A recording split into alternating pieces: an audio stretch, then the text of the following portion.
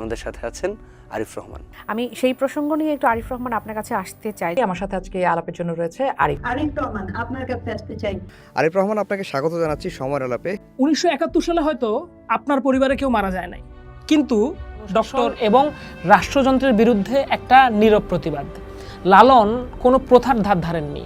70 বার উনি সেখানে আল্লাহর প্রতি কৃতজ্ঞতা জানাচ্ছে, মাওলার প্রতি কৃতজ্ঞতা জানাচ্ছে। এরকম একটা পালা হয়েছিল, ওখানে রীতা দেওয়ান জীবের পক্ষ নিয়েছিল, আজকে আমাকে দেওয়া হয়েছে জীবের পক্ষ।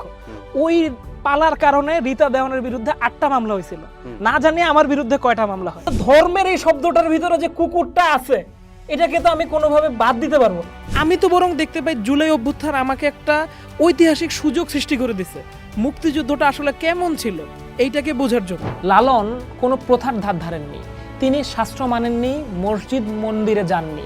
বরুণ দেব হচ্ছে একজন হিন্দু দেবতা এবং উনি কিন্তু জলের দেবতা।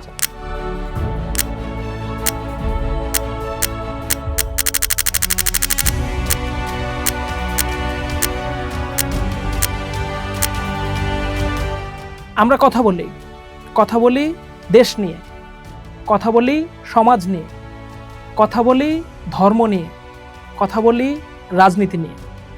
অনেক কথা বলা এখনো রয়ে গেছে বাকি। আমি আরিফ রহমান, চোখ রাখুন ঢাকা পেপারস।